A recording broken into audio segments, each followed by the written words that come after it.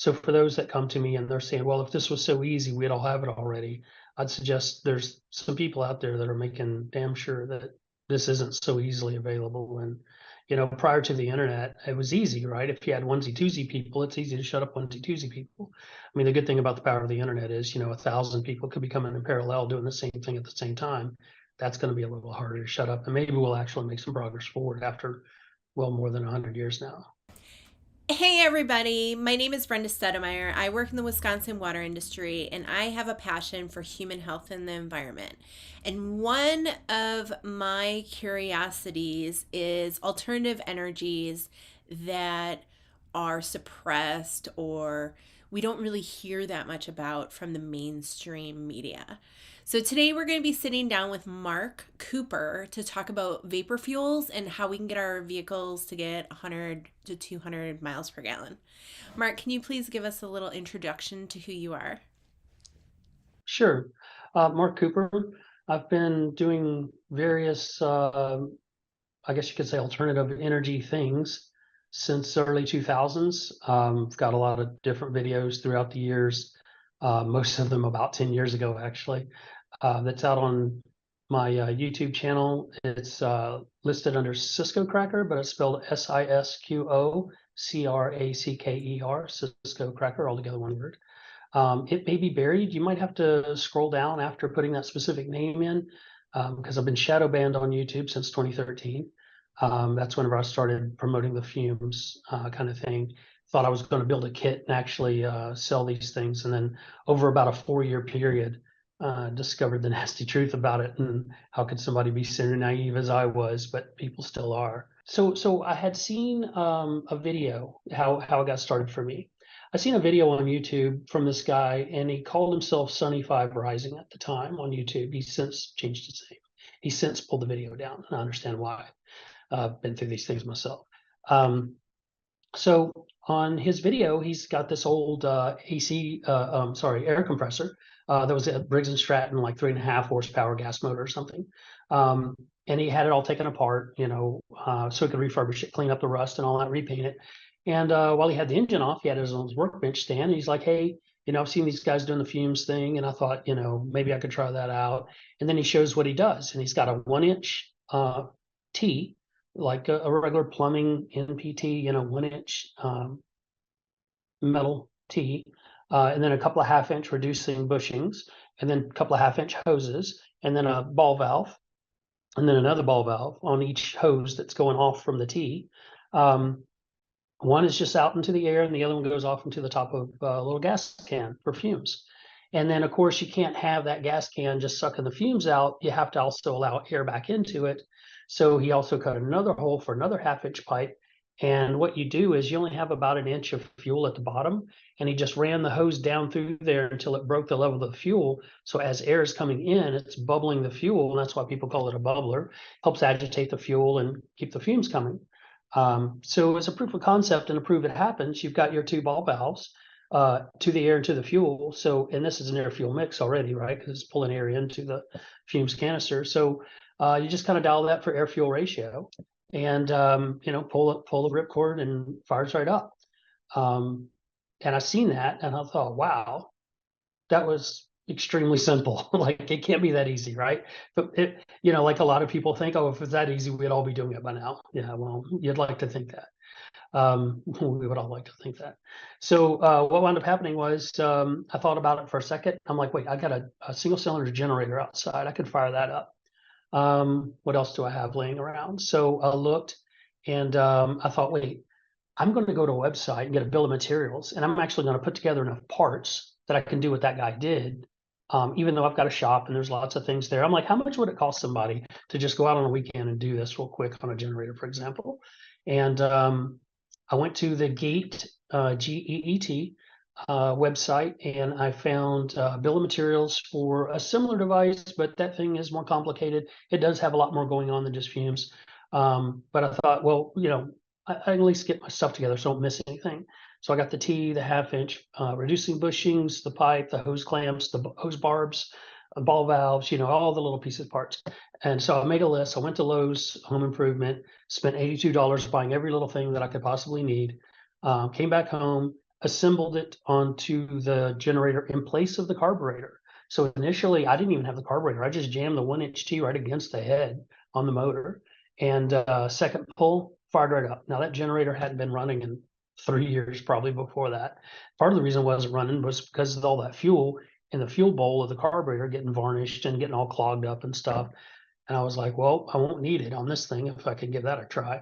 But within 5 hours, from the time I watched the guy's video on YouTube and sourced the parts, went to the store, came back, put it all together, fired it up, 5 hours later, I'm running a generator on fumes. And then that was it for me. And at the time I had a Chevy Volt. So I'm like, who cares about electric car if you get to hear a V8 running, 100 miles per gallon, 200 miles per gallon. Depends on how you're doing it, how much power you want and flows and all this stuff. We can get into in another video, but that's what did it for me. So then, within a month of that time, I'd done several things. I went from firing up the generator. A week later to the day, I started a V8 on the stand. And then I started researching, and I created 100 MPG Motors LLC. And I started researching, like, there must be patents out there, right? This was so quick and easy. And I wondered about the Pogue carburetor a little bit more than I knew already. I wondered about Tom Ogle and his stuff a little more than I knew already. So then I started deep diving all these things. And back then on Google, you could go to patent or patents.google.com, I forget which, and then type in, what your search terms are. And, everybody back in the day used to use search terms differently with quotes and plus and whatnot to kind of assemble your best prompt engineering, they would call it now with OpenAI, to get the best result. And then it returned to me after I did some more filtering and knocking other things out of it. It returned to me 964 patents. Now, this is December 2012 at the time. Kind of funny timing wise that it happened. And then December 2012, I looked up the patents. The oldest one I found was 1912. That guy was 205 miles per gallon on a Model T or Model A, whatever it was. It was, old school 4-cylinder. Guy probably only did 35 miles an hour, big pistons. But these things need to be torque motors. They're not high horse, high RPM motors anyway. So that was perfect for that environment. But the guy built the setup. He had a little pint whiskey bottle hanging from a little wire coat hanger he made on his front flat windshield, how the flat pane glass windshields were at the time. And he just hung that pint of fuel over and he ran it down into his system that worked kind of like a bubbler did. It would agitate the fuel and it would put the heat into it. And you got to keep the heat coming into it, right? Because it's a hydrocarbon fuel. It's a solvent. It's sitting in a vacuum path. It wants to freeze. So it takes a lot of heat to overcome it freezing, even more heat to actually bring the liquid fuel up to a gaseous state, especially with all the olefins and paraffins and stuff that's in the fuel. That, there's hardly any gasoline in our gasoline. There's a lot of other stuff in there. And that's the tough part, right? But anyway, the guy made it work. They ran out the pint of fuel. They did the calculations, worked out to be 205 miles per gallon. And within 2 weeks, he wasn't talking about it anymore. He owned the nicest gas station on the corner in the busy little town he lived in. Here's you a nice little gas station. Quit talking about it, basically. And you'll see that story repeat throughout history if you look into these stories. Anyhow, out of the 964 patents, I started flipping through them. I thought, well, there must be a lot of other trash in here. I must have to filter out more. But all of the ones that I could spot check, and I must have looked through 40 or 60 patents probably out of all those patents. And I would read through them enough to realize a lot of these are doing the same thing overall, right? Some have a little more interesting ways of doing it or not. But most cases, an absolute majority of the cases, you have what happens in an oil refinery. That's really what's going on, right? So you've got in an oil refinery, you have a stack, and in that column, down near the bottom, where the lower temperature heat's applied to the light sweet crude oil, it's just a hydrocarbon chain, but it's a very long, complex hydrocarbon chain. And so as you go up the stack and you put in more heat, you get varying types of fuel from it. So near the bottom, you got like kerosene and diesel and JP4. They come up the stack and you got like gasoline, different flavors. You got avgas for aviation, 110 octane, what have you. You get up near the top of the stack, and now up there you've got like white gas, like what used to be used in the Coleman lanterns back in the day, where they just glow real bright, kind of an invisible flame kind of fuel. And all that's happening is you're increasing the temperature, and it's making the hydrocarbon chain shorter and shorter, and you do eventually get it to where it becomes a gaseous state. So that's basically what all these guys were doing, right? They had liquid fuel on board. They'd run it through some kind of heat process. They would jack it up to the point that it was gaseous. and then it only blend in as much air as needed for that air fuel ratio. And that's the thing that kind of gets a lot of people. That air fuel ratio is important, because they think, well, you're running really lean.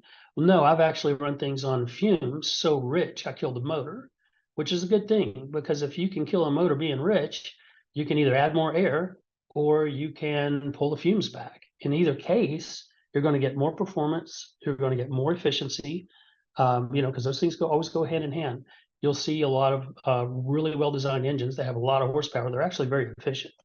So, the idea that all these sports cars running around get terrible gas mileage, some of that may be by design. I had a 71 Corvette, I'm sorry, a 90 model Corvette ZR1 that was about 400 horse, and it got 29 miles to the gallon on the highway all the time. And that was 1990 vehicle, right? That was back at the same time, 89. We had that Honda CRX HF that was running around. It was a 1.5 liter, I believe it was. That thing was 52 miles to the gallon, nothing special from Honda, and then over the years, you see them doing all these other things where we're not doing as good as we did in the late 80s, early 90s when it comes to fuel efficiency, for public to be able to see.